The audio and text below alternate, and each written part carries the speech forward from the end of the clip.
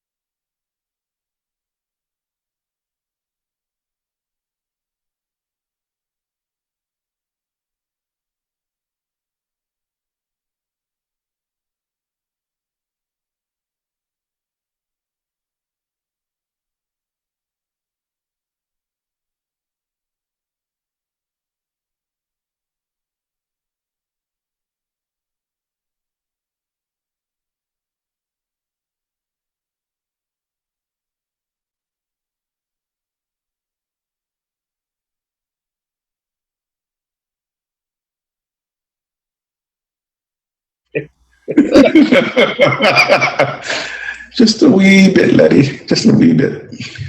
And we are live, and welcome to Church AV Professional Forum, where we talk about church things that affect your life and ours, actually. And so I'm here with my two co hosts this time. Let me switch over to them. And we all say welcome to you. Say welcome. Yeah.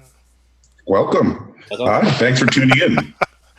So we thank you all for joining us again. We have another thrilling, exciting topic for you. And so before we jump right into it, we'll have Karel pray for us today. All right. Dear Heavenly Father, we thank you for this day. We thank you for the ability to get together and to talk about the different challenges and good things that happen within the AV world as it relates to church. We just ask you to please be with this discussion now as we delve into protecting our equipment and all of our investment. Lord, we just ask you to be in the midst of it and may it be helpful to those that hear it. In your name I pray. Amen. Amen. All right. So, as you can see, I'm doing double duty today, so I'll be doing switching again. And our topic today is about protection. Go ahead, make all the jokes you want. Three men talking about protection usually leads down a certain road, but we're talking about AV equipment protection today, right? So, let's start out. And I always have an anecdote for you. This past week, after a storm in our area, the storm passed, and what it sounded like was a transformer blew in our area, and there was a back surge into my house, and I lost about $1,500 worth of equipment.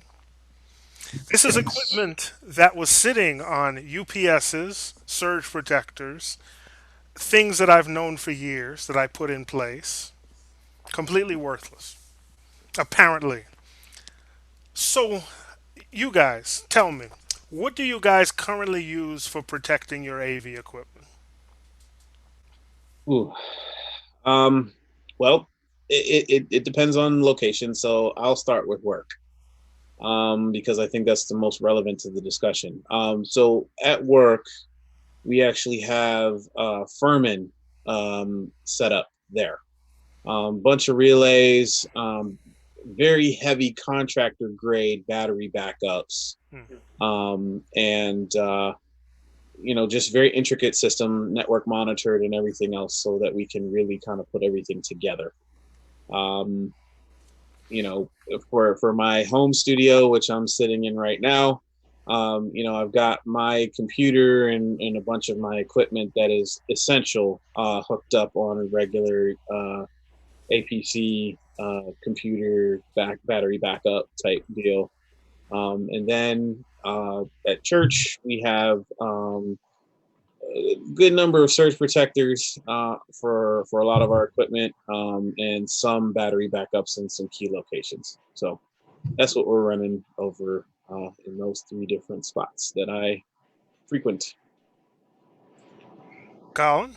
So I have a really simple setup. It's just a cyber power battery backup for my computer here in my home office. At the office, I have the same box, and the server has a APC battery backup. You know, nothing fancy. Now, when we're building a system, we usually have a couple of redundant APC battery backups and usually power strips that are surge protected for various equipment. But we're really careful, especially with the expensive stuff. Not so much with the office computers here, the home computers, but it's worked pretty well so far. We've had an install that was hit by power surges actually quite a few times. It was on a giant battery backup, one of those Kohler, tractor trailer size backups, but those take a while to kick back in. And sometimes when those kick back in, they don't always kick in with perfect sinusoidal clean power. But I haven't had any issues other than, the unit didn't turn back on, which is not supposed to do anyways. No damage at all. I know in my situation, I have, just like you, in the home, I have, don't go crazy about this, but I have 4 APCs, 1500s and up, and I have 3 cyber powers. And what's interesting is I was using a cyber power at the office today, and we had a power outage, and it never kicked in. There was no warning. The power just went out. I think BG&E was out there doing some power, changing out a meter, but the cyber power never kicked in. Which means that even though we have all this equipment, if you don't check it, you never can tell whether it's working or not. So there are some steps you can take. Now, I know with my APCs, they'll do weekly checks.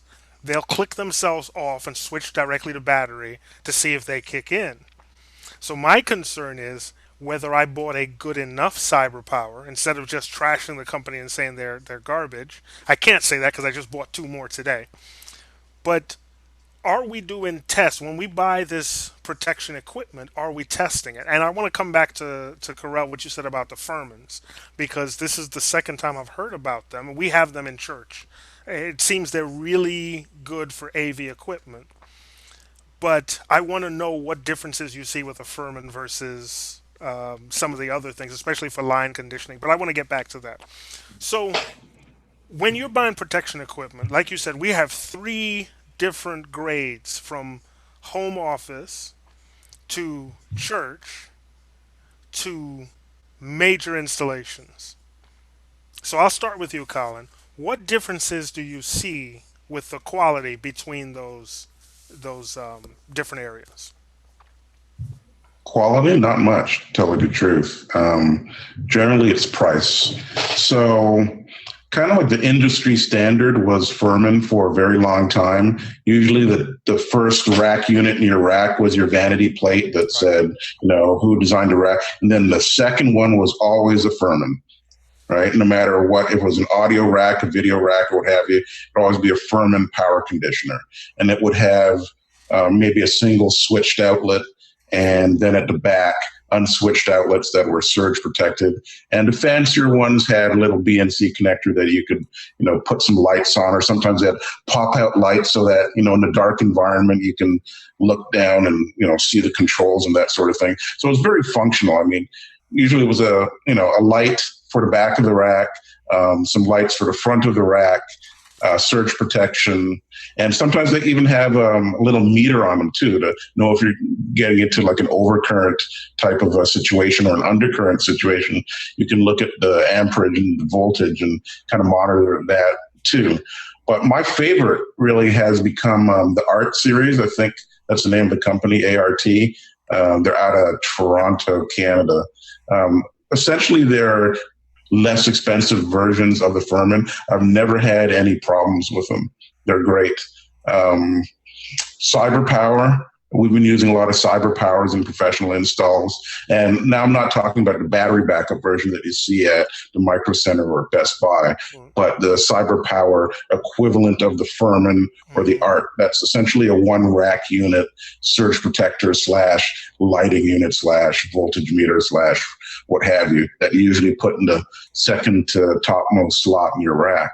And I mean, knock on wood, I haven't had any failures of any of them. And let's see, APCs are pretty much a standard for me for my equipment racks that have really expensive stuff in it. And by really expensive, I mean stuff that maybe will start at 10 grand and usually six figures worth of stuff in there. I have APCs, and I usually split the rack between power units. And you can go, I mean, you have ones that kind of have your dryer plug in it, the what's the name of the 30p connectors, the twist lock ones. You have Right. giant ones like a couple 100 pounds you can put in. It'll protect everything. Some of them have more twist locks on them. Some of them are just big so that they can give you a whole bunch of 15 or 10 amp circuits on it. But the bottom line is buy something. I even use a pile, and PYLE. Pile. You're laughing because Pile has a reputation. I bought a Pile power sequencer, which is essentially a surge protector that turns on one outlet at a time in sequence, so you don't get this inrush of current. It was great. I mean, it's a really good thing. So I really think that you have to look product by product and see, if you're buying a lot of them, buy one, check it out, see if it's any good. But as far as hard real world testing, unless you're going to find a few thousand kilojoules of electricity to run through it to see if it'll burn out, that's kind of difficult. The other big differentiator is their warranty. Right. Some of them warrant equipment up to tens of thousands of dollars. They're really standing behind their product. So that might be something you want to look at. You might have your whatever insurance type policy you have to protect your equipment in your church. You also have this additional policy that you can claim, if lightning hit your church and it fried all of your AV equipment, you could say, you know what, lightning shouldn't have gotten past this product that had a warranty, and I'm going to make a claim on this warranty to recover the cost of my equipment. So that's something to look at. One of the I've been a big fan. I should say I was a big fan of APC for many years. Like I said, I have 6 of them. But I think what happened was their lower level line received very few of the updates, very few of the best of the products. And so if you were trying to save money and just go with the lower level line, you ended up with problems. But their mid grade, like the ones that you purchased to install in the big racks, I think those are where they really shine. And I think what's the price point? Obviously, it depends on where you buy it from and if you have a dealer license. But what's usually the price point where the APCs really start to shine? The expensive stuff. I mean, the cyber powers, you're looking at less than $100 for your battery backup, surge protection, uninterruptible power supply. Those are, to me, they're pretty fungible. One is as good as the other. Whether it's the cyber power or whether it's APC or whether it's, CyberMan, whoever makes them, they usually have a pretty good warranty behind them, a decent enough hefty battery that at least you'll be able to run to your computer and hit save before, it shuts down. Right. Right. But the ones that come like with a guarantee, and to me, it's comfort level. I'm not going to put really expensive equipment on something really cheap to protect it. And by that, there's only so much you can charge for it. Not until you get into the really high amperage not until you get into the really high amperage battery backups do you start spending a lot of money. Because even the rack unit APCs are $300 or $400. They're not like out of the realms, right? And then you get into the ones in the thousands when you're talking about much higher Right. current draws and bigger racks. But Right. and in general, anything that's taking a regular 10 to 15 amp plug, um, they're they're pretty close in quality. But again, if I'm putting it in a rack, it's most likely going to be an APC. Right. And I agree with that. I got this. Let's see if I can show it. Yes. So this is the Cyber Power. Um, I believe this is, yes. This is the 825 450-watt version. Now you're absolutely correct where they're about all the same, under $100 or even $150 and under, because Sure. they all say they'll keep your equipment up for about 10 minutes. We're looking closer to 6 minutes, and the reason I have so many of them is so I can separate the equipment. Like all my networking equipment is on one, but the servers are on another. This way, you're not going to lose everything at once. Let's say one of them explodes, you only have to you no, I'm sorry, I said that wrong. I split because I have redundant servers and sometimes redundant switches, and so you make sure that any redundancy is split to redundant power supplies as well. That way, one going out doesn't affect everything. So I wanted to go back to you, Karel, with the question on the Furmans themselves, the line conditioning. Where does line conditioning fall in your mindset when it comes to equipment protection? It's important to have as clean a amount of power as you can get, because anywhere where you have um, any power spikes, okay, like, and Robert, you've probably had the pleasure of walking into the very building that I work in, Oh yeah. when we've switched to generator power, and we don't have battery backup set for the building to do an easy change. All It's right. hard. And so, um, our battery backups are critical to keeping a lot of our stuff going, but then also regulating the power that comes in. Because, one time I remember we were in the middle of a major meeting and there was a brownout. Mhm. Somebody was doing something outside to one of the lines, and boom. And thankfully, I was back up and running within, I would say, 3 minutes. Right. My projector went out, which was a big bulb, so that took a while to come back online. But the whole AV system was back up and running within a little bit of time once we recovered from that hit. Um, but clean power is very, very important, and it helps to keep out noise. And wherever you can use it, it's good to have that kind of service from it, because most of your lower end battery backups are not really gonna kind of do a lot of that too well. Okay, I've had some cheaper ones that I've had installed in racks, and as soon as I plugged in 4 pieces of equipment that I didn't think were pulling too much of a draw, next thing I know, I'm hearing the fan kicking in the back of the thing, and it's going. So, it not everything is built the same. So it's important. Yeah, I think one of the problems I had here is was the line conditioning, where line conditioning would stop a back surge or at least level out the voltage coming through so you don't get that immense blow of power. Right. And so even the APCs are not made to deal with extra power. I shouldn't say APC, excuse me, UPS. Sometimes we use them interchangeably or as if APC stands for all of them. But my UPSs aren't made to really deal with extra power. They're made to deal with not enough power. Correct. So that extra power, they didn't kick in. I mean, we didn't have a power loss. I just knew because my wife said there were sparks that came out of things that shouldn't be sparking. There's no light effects here for those sparks, but blue lights were coming out. So with that loss, it really made me look at what we do here. Right. Now, you mentioned an outage in the middle of a big meeting. I remember our church has a diesel generator.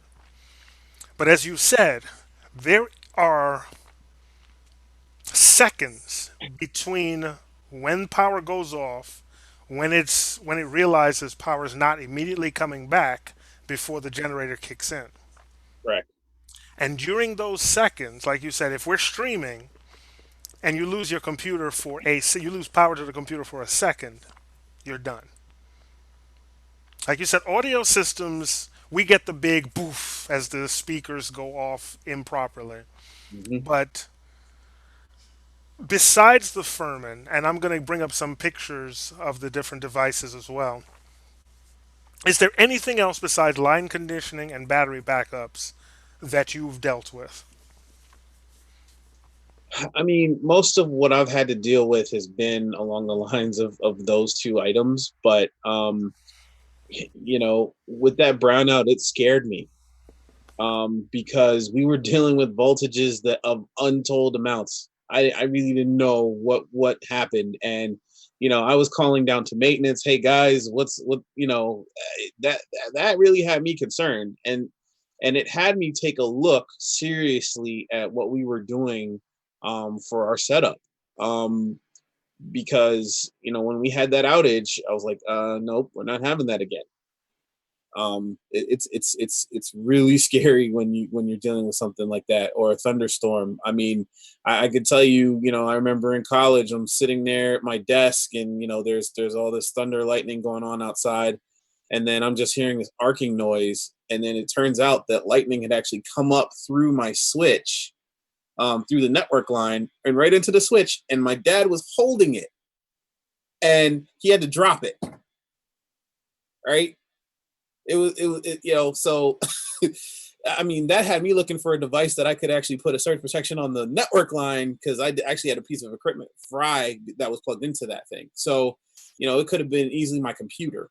So when you're dealing with these things and unknown variables and very expensive equipment, you know what's outside of your building, and how prone you are to thunderstorms or whatever, you know is going to be a big time factor in maybe what you decide to bring into your facility.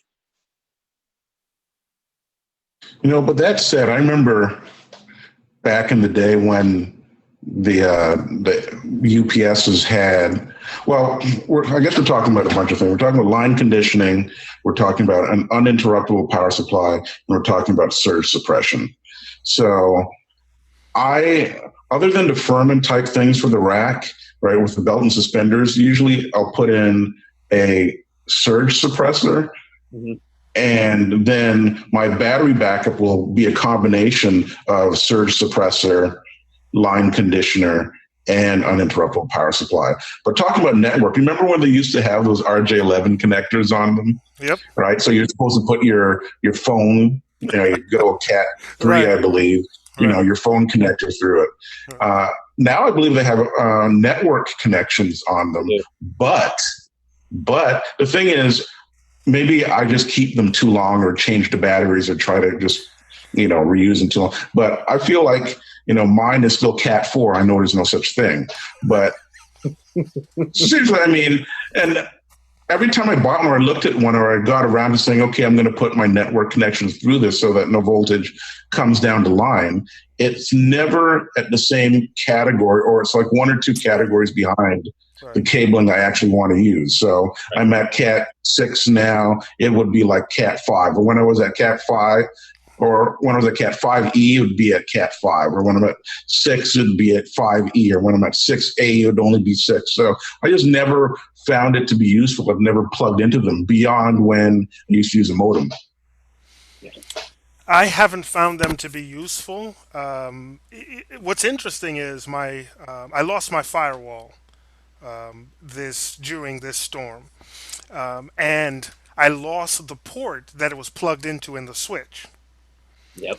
So it went up through the electricity, through a surge protector, through, now it wasn't heavy grade surge protector, through a battery backup, through the firewall, and just killed that one port on the switch. I also lost an HDMI port. I lost my a decimator. It's over in the corner. I lost a decimator. I only lost the HDMI port on the decimator, and I only lost the HDMI port on my laptop. So what I've seen now is the companies are getting a lot better at segmenting the devices, so you're not losing entire things, but you're still losing components. Thank God Yeah, some of but this. Go ahead. no, please continue. No, I was just going to say thank God I have warranties on most of the stuff, but there's other piece of equipment. My ATEM was fried, completely fried. Oh. Yeah. Yeah, but to me, I lose a port on something, and not to be, and I understand you really can't do this, especially in a church environment. But when it comes to production equipment, you know me, Robert, if it don't work, it's going in the trash bin, Oh yeah. right? Either it goes into, it's so expensive that it's going on the bench for repair, or it's going in the trash bin, because God forbid I would take it onto a job, forget that port A, B, or C wasn't working, and I'm relying on that to make the production happen. It's not worth it for me, Right. right? I'll lose a client, I'll lose it's not worth it. So it's out the door. Now, to me, and I haven't been very successful in getting too many people to have the same mindset. To me, my church work is as important as my production work that I get paid for. I have the same philosophy. I want to make sure that that sermon goes out every week, no matter what, that people can hear it, people can see it. So I want my equipment to work. So I have the same philosophy across the board. Not everyone shares that. They say, this is good enough, or Good it's an enough. Yeah. afterthought. And to me, I don't see it that way, right? But yeah, so that saying, if one port goes, to me, it's not really saving the device. You can use it in that crisis, but it's really not something you should be using going forward. Oh Because no. right, If the item is under repair, then it gets repaired. If it's not under right, repair, it gets replaced. Yeah, it's not. It doesn't make sense to hang on to something that you need to do X, Y, and Z, and it only does X. Yep. yeah, It's just not a good idea. Yeah. I mean, we had an issue at our church. It was unexpected, actually. They were doing some work down the street, and something blew up, and nobody knew because this was overnight. And we came in for a board meeting the next morning, and nothing was working. Like the all the circuit breakers were blown, so we had to go flip those back on. So Deacon was working on that, and then after that, we got the power back going, but then we started checking rooms. Some other rooms had other breakers and sub panels, so we had to deal with that. And then getting down to the core of it, we ended up finding out, some of our computers weren't firing up in our media room. Why? The surge protectors did their job and failed, but they kept the equipment safe, right? They blew up, but they're safe.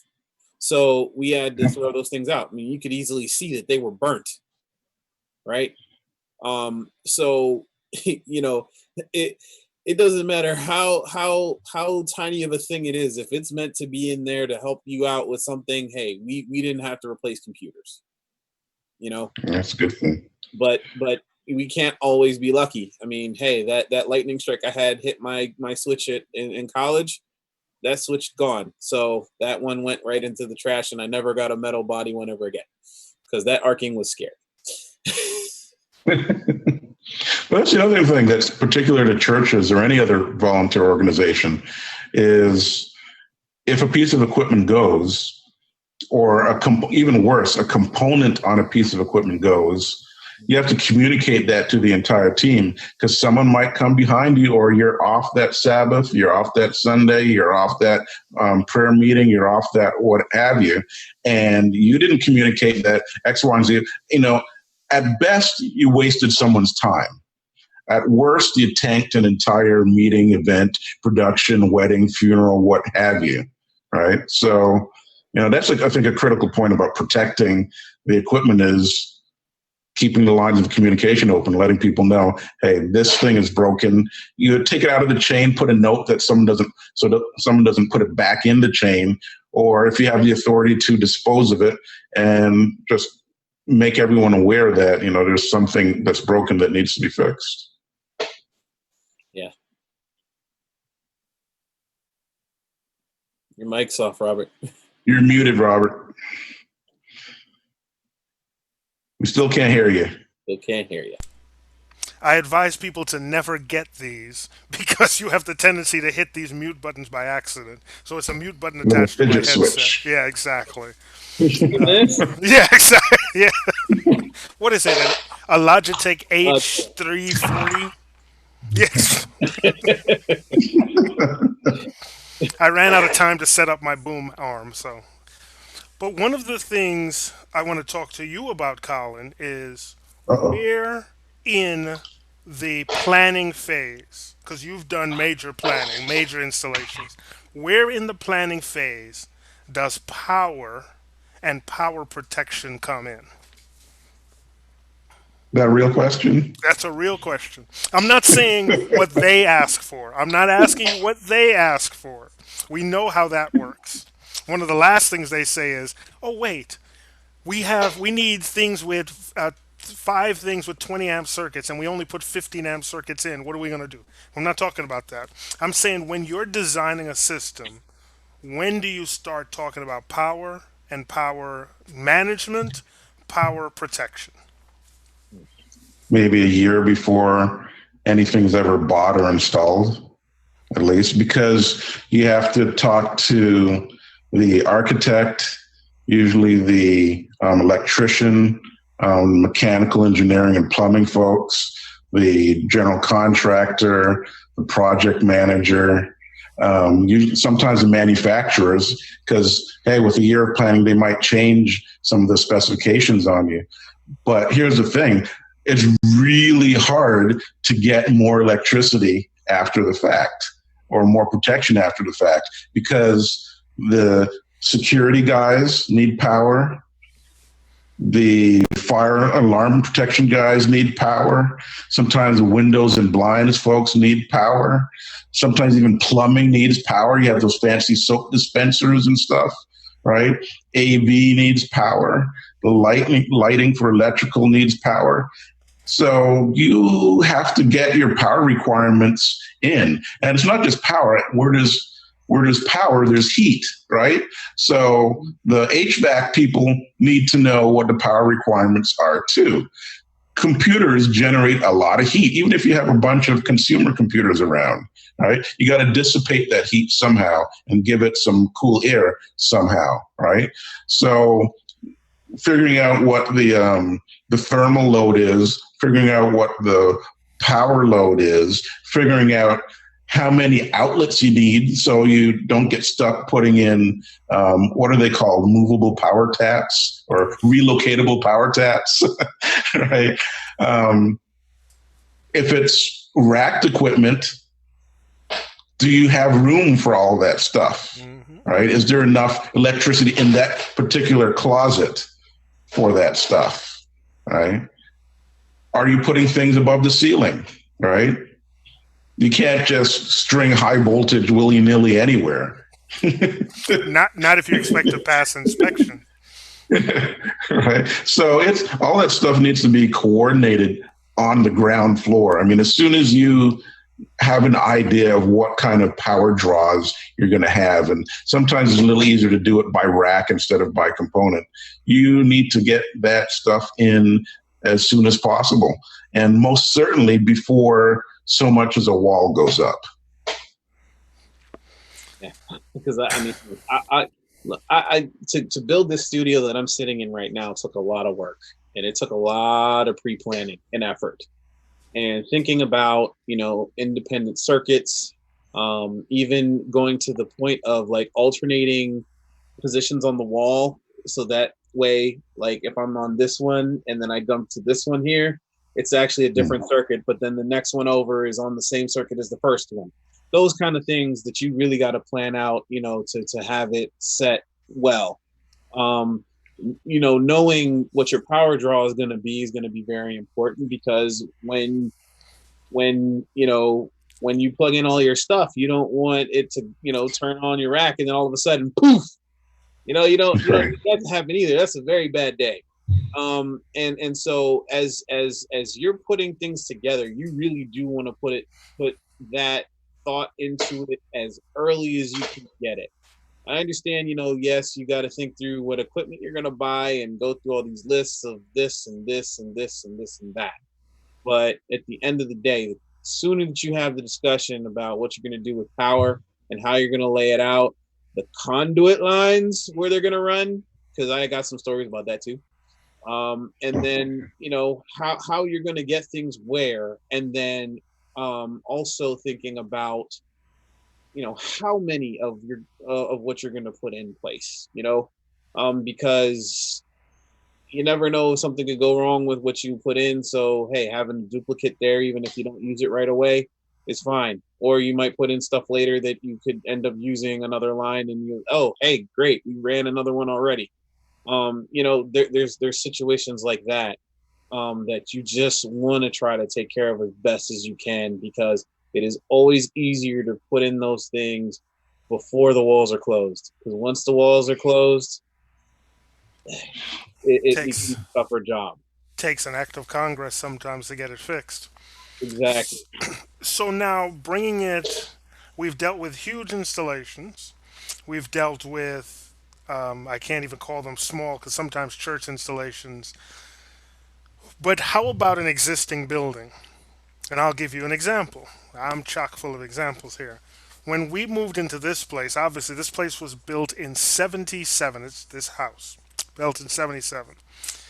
In 77, I don't think they thought about a person who would have 8 different computers, 5 laptops, children with iPads. Now everything needs a charger attached. So the way they built the house was the kitchen and the dining room are all on one circuit. Ooh. Yeah.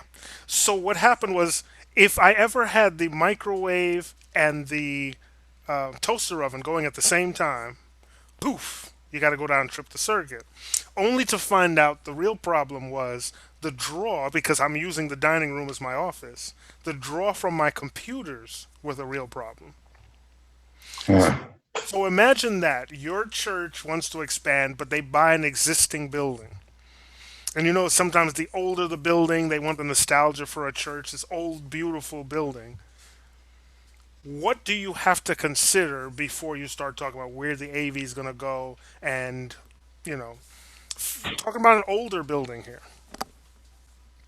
Boy, that's like a completely different topic, Robert. I want to get into physical security, so put a pin in that one. But Okay, I so mean, you're we'll save talking that as a topic for another that's a time. whole different topic. You're talking about asbestos remediation. You're talking about historical preservation, right? You're talking about finding conduit and pathway. You're talking about sometimes retrofitting HVAC. You're talking, dude. Well, yeah. All right, all right. We'll save that for. Let's just file that for another time. So let's talk about physical security. Does a church need Okay. physical security? After all, we're praying people. Does a church need physical security? You bet Man, they I remember in Huntsville, Alabama. I believe it was Huntsville. Hopefully, this isn't a false memory, but someone stole the church sound system. I don't know. I mean, it just seemed to me. I mean, you go into a church and you steal their AV equipment, soundboard, whatever, to I don't know, DJ with it, sell it on. I don't even think eBay existed at the time. To me, seemed a little ridiculous. I'd be, looking over my shoulder up in the sky for lightning bolts constantly or something. But it, yeah, you got to secure stuff. I mean, church with people. Usually, it's an open affair. Anyone can walk in, walk out of your church. So usually, if you have a control room, a lock on the door suffices most of the time. I'll stop it there and. Corral? Yeah, securing your stuff physically is going to be highly important, right? Most of the serviceable equipment that most folks have, like let's say in the audio situation and even the video situation, is going to be rackable. So at least that might prevent somebody that at least doesn't have a screwdriver, from just walking off with it. But hey, if the rack has wheels, they might just unplug and go. But the case in point here is that you do want to try to take that into mind, making sure that operations are not hindered, but at the same time that you're able to lock things down and keep it nice and tight. I mean, one church I know had their lighting board stolen, just off the cuff. And it was, and thankfully they had another one that they could replace it with to get things going. But you know, things can sometimes sprout legs and walk. So, having the doors, having the locks, having, keys behind locked mechanisms, so that way they're not out in the open or in an easily accessible area. I know some churches even have badging systems, so that way you can get from place to place with certain level of access. It's important to think of that physical security stuff because we want to come back to an environment where we're able to run our services each week, and not have to think about, wow, somebody just walked off with like all my wireless mics. Yep. I like the badging idea because I can never remember the passcode to the AV room at church. I just, they're always like, "What, dude, why are you always knocking to get in here?" So I was like, "Oh, I know I have the code for the church, I have the code for the AV room, but I don't remember it. I have like a billion, right?" I guess I should put in my password vaults, which I've had to resort to now because after, having a couple hundred passwords and they all want to be changed every six Yes. months and they Yeah. all have different rules about how they're supposed to be configured, I'm done. Right? I could believe that. So to have to remember someone else's door code for when I'm going to go volunteer, it's not me. But the badge, I'd lose it. That's another story. So you talk about a rack, right? That only looky-loos would take a screwdriver to it. Something that I've had to resort to with rack building is Oh no. completely in.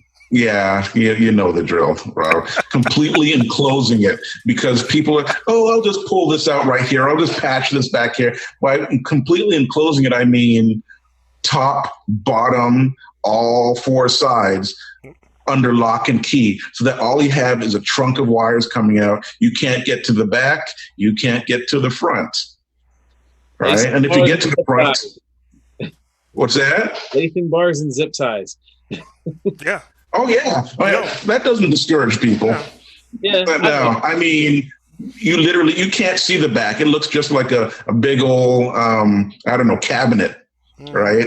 And with pretty lights at the front and some buttons you can press to turn it on and off. Other than that, don't touch it because I've had people, oh, this doesn't work anymore. Or, oh, such and such. Yeah, it's because you yanked this out, you moved that, you didn't put that back, you yanked this.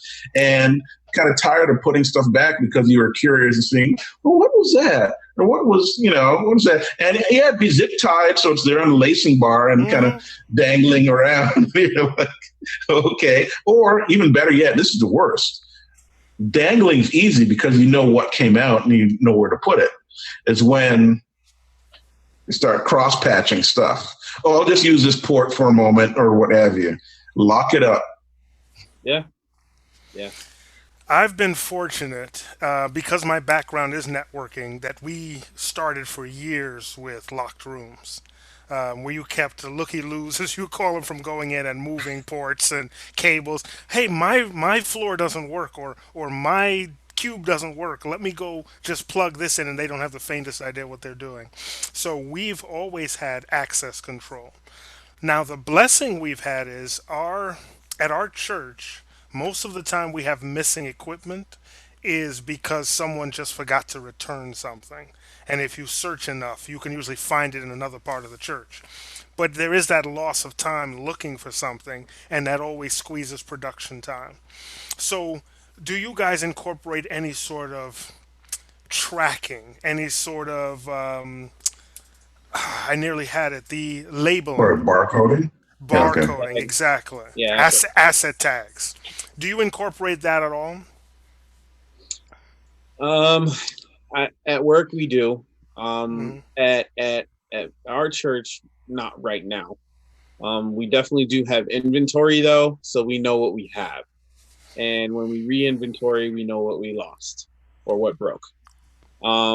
But asset tags, I've been wanting to try to put that in place to get that done because it is an effective way to kind of check things in and out. But typically we've just not been in the process of letting people borrow things. Okay. Um, and when I say typically, it's because there's that one person. Well, I'm part of the team, so they won't mind. And I go into church, and I remember this vividly. We wanted to multi-track something, and our Alesis was gone out on the shelf. Whoa. And yeah, it was not pleasant. And so, I mean, it's stuff like that you run into. But typically, yeah, I want to try to have asset tags on everything. I know a great company So, that does it. yeah, Quality. here's my thing with asset tags. I have them on my equipment, but I'm certainly not disciplined about it. And I think the church is even worse. That I had a wonderful spreadsheet, that I was going to turn into a database, and everything was nicely tracked and labeled. But things come in, things come out. You didn't get around to labeling this. You weren't sure exactly what happened. Did it break? Was it thrown out? Was it sold? What happened to that? The thing is, you need someone to manage that. That's where I'm getting Yep. at, right? There needs to be a volunteer, hopefully not someone that's there actually that has to do, someone who knows what the equipment is or what to call it or what have you, but not necessarily those that have to run the board or the camera or what have you every week. It has to be managed. The coming in, going out, the labeling it, keeping track of the database, because here's one thing I find. It's so hard to not only keep track of assets, well, let's just call it assets in general, the physical assets in the church, but software licenses is so painful, right? And a lot of churches end up buying stuff over and over and over again because, such and such was volunteering. He had the code, he sent it to his personal email. We don't really know where he's at, or he transferred to a church in Florida, or, it just, we're not, we got a new computer or the computer broke and we have to, it's too much of a pain to try and find that person. So we'll just buy another copy, Hmm. right? Or sometimes, if you're lucky and you know exactly who it was sent to or what it was sent to, and you can get the manufacturer, software publisher to send you a new license or what have you. But keeping track of assets, that's like another episode. Having someone to keep track of the physical assets, keep track of the licenses, Hmm. the subscriptions, Hmm. right? Oh, such and such doesn't work anymore. Did you pay the monthly fee? Oh, that was a thing. So, See, I can speak to that because that's my job at church. Okay. okay. um, we actually looked into full church-wide asset management, and the problem was you cannot have a volunteer do it. It's too big. It's way too big a job. So even I went through and I inventoried all the AV equipment. I took about 3 days, inventoried all the AV equipment. Do you know within 3 weeks it was obsolete?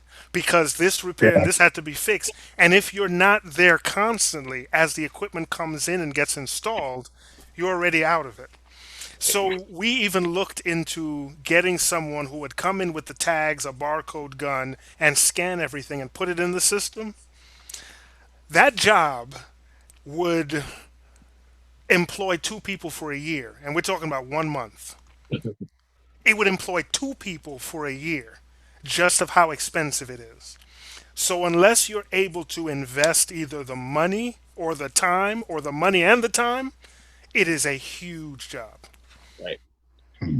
So, for us, we have the benefit of having team leaders for each of our bigger teams, like our video team and our audio team. And then our audio team segmented into two different groups. So we've had them do the inventory and stay on top of what assets are there and not there, Right. Right. and then just kind of had everything come into the central clearinghouse of the group. So that way we kind of know what's going on. Because if things break, we don't always catch them, and it's very hard to try to stay on top of that. Yeah. So it's it's an important job, but yes, it's very very very hard to stick up on top of it. Yeah. If it's not your day job, it's very difficult. Right. And to the point about the software, I mean, I can tell you right now. So this one's, I guess, a walk of shame, I guess, if you want to say it. So we use a presentation software at church, and it was licensed under previous management, we'll say, and then got charged to, I guess, the team leader that was there. But then once I took over directorship, I took it under myself.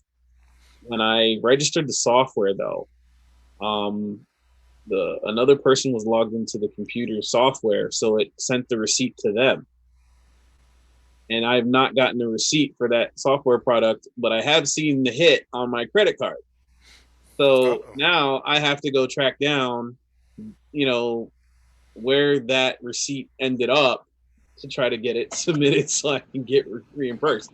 The point is, like, trying to stay on top of the software and figure out who's got what or what email it's registered to.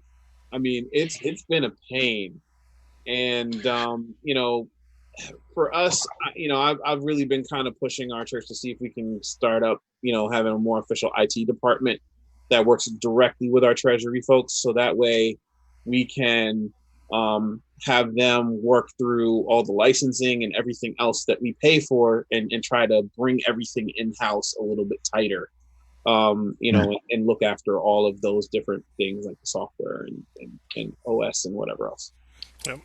It's one of the practical things we can do for that. I know, my wife who co-runs my company had I guess, a management coaching session, and this has been something we should have done. It seems like a no-brainer, but when the coach brought it up, it's like, yeah, that would really improve the processes and efficiency of our company, was having set addresses. And I think we do that in my nonprofit as well, that instead of having Bobby at organization.org, you have president at, treasurer at, AV leader at, deacon, head deacon at, so that no matter who the physical person is that is in that position, that you have these generic email addresses, that you always have the AV department is always the AV department at church.org is always the registration email, right? Yep. That you put registered user or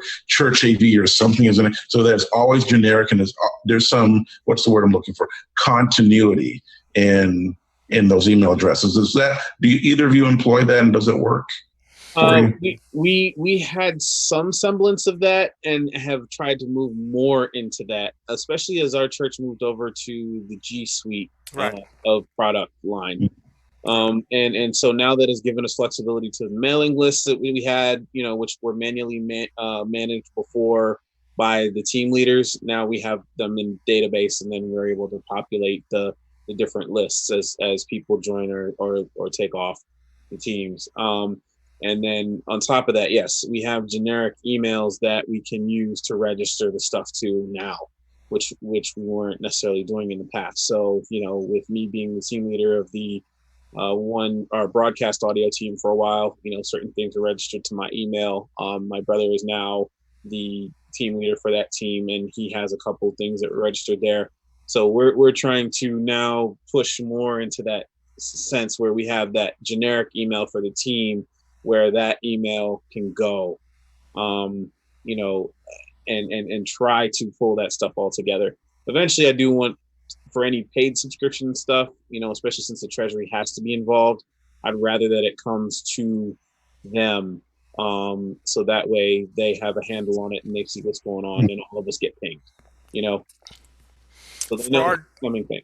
Yeah, for our church, we did move to that.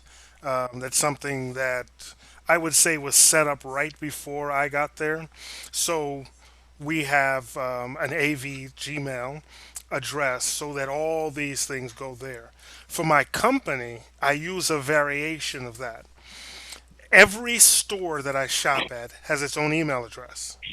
So I know exactly when orders are coming, who they're coming from. It's tedious when you're first setting it up, but it makes it a lot easier to track exactly what device is under is ready for renewal. It makes it easier for me to figure out who's selling my email address because you start to get spam to a specific email account. So Hmm. while it seems tedious, like Amazon has their own, PayPal has, everybody has their own email address. And so it's very easy to pick and choose. Once you see an email come in, you know what it's for. But yes, for church, we have the AV department has, a treasurer has, and no, it doesn't matter who the leader is. You just pass on the information, change the password, which is something we definitely have to get into passwords. I know we ran out of time, but passwords is something we definitely have to speak about. I Well, do a speed round. We got 4 minutes. What are your top three tips for password management? Oof. As you get older, when you're young and you could remember everything, you don't have to write anything down. That's fine. As you get older and you start to, your brain gets filled with a bunch of things. I use LastPass.com, and it is a lifesaver, absolute lifesaver. So it can save Wi-Fi SSIDs, it can save key codes, it can save secret keys, it can save whatever you need, and it's a necessity. Hmm. Now, well, I don't have time for questions. I keep going. Corral? Um, yeah, LastPass is something that I've seen a lot of people use. Some people have just kept a rubric. I really would not recommend keeping a file on any of your systems locally for that reason. Um, if you want to keep something, off-site or something like that, fine. But or access on a device, but it's not recommended to do it inside. Or a go-to thing that I've seen some people do is putting passwords underneath the keyboards.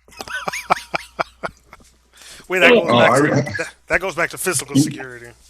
you mean the sticky note on the monitor isn't in vogue anymore? Yeah, Well, there's that one too, but we wanted it to be not accessible, so we put it under the key. yeah, yeah, That's real secure there. yeah. So, Go ahead. no, I was just saying that my thing would have been to use a password manager too.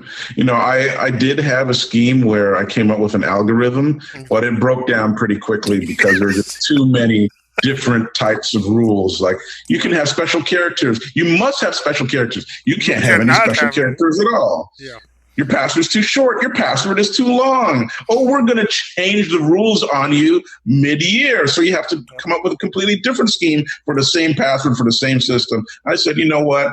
I am through with passwords. If you really want to hack my Netflix account, have at it. Right.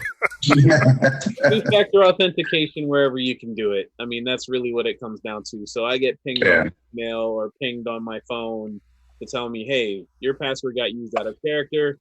Cool. Change. We're done. Yeah. Right. And one other thing too with the computer stuff, right? I always highly recommend have a dedicated admin account for the machine, and then a guest user account that everyone else can log into with a common password. Oh, Oh, that's most a great definitely. tip. Can I ask you a question?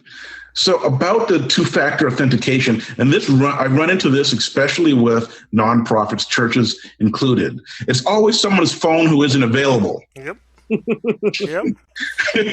I have been reluctant to enable two-factor only for the simple fact if I don't get the call, I'm stuck. There Yeah. was, and I know, like I said, we're running out of time. There was a program called Duo where you can't even log into your machine. You can install it on your machine and it becomes two-factor authenticated. Because I have children in my house who like to try to sneak and use my computers. And I can't afford for them to mess up or install a virus on my computer. I lose money. So I had two-factor on there. Sometimes I couldn't log into my own machine, it was so rigid. So it became a bigger problem than what I was trying to solve. So Yeah. I haven't embraced it all the time, but I do see where it's useful.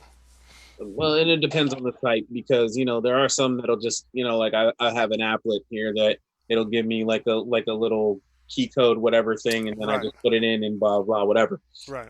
Yeah, it Secure ID, yeah. it just depends on what the machine is, what it's Yes. for, Yep. and what type of access. But I mean, people just you never know what's going to happen, and I just am totally against using the admin account to run all the stuff. Oh, It's definitely. bad juju. The admin account is not used at the church. It's not used at the house. There was a time, because of who my boss was at the time and the kind of software he used, which was more Linux based, our accounts weren't even admin accounts. We would need a separate admin account to do anything so that it would be harder to make mistakes. So any machines I deploy, it's hard for me to enable the admin account and give that out to people. No, you can use it without that. We are out of time. We are out of time. So, let me see if this works today. Nope, didn't. Okay. So, we thank you all for joining us. I know that one of our members is missing. Thank you for asking about him. He will be back next week. In fact, I thought, and I need to talk to the gentleman about this. It may be time to bring on a guest that we can speak to about a couple of specific issues. If you ever would like to be a guest, send us your resume, your CV, and two forms of ID, plus your bank Your account social PIN. security number. That's That's it. right. Yeah. We need to see a current bill that they've lived at the address for the last 3 months. But if you'd like to join the conversation, send us an email and we'll see if we can get you in. We enjoy conversation, obviously. We enjoy talking about technology, and there is so much going on. There's so much technology out there that we may not get a chance to cover it all. And if there's something specific you'd like to deal with, just let us know. Put it in the comments, and eventually we'll get our email addresses in there, right? They're in there. Sure. Oh, okay, okay. So thank you all very much, and we will see you, let's say, in 2 weeks. But if we get something for next week, we'll send out a notice and you guys can join. Oh, and subscribe too. Don't forget to subscribe to Sandy Audio Visual so that you can know the next time this thing is coming up. Any closing thoughts, gentlemen? Oh, thanks for TDing. Not a problem. Let me see if I can find my fade to black button. Goodbye, everybody.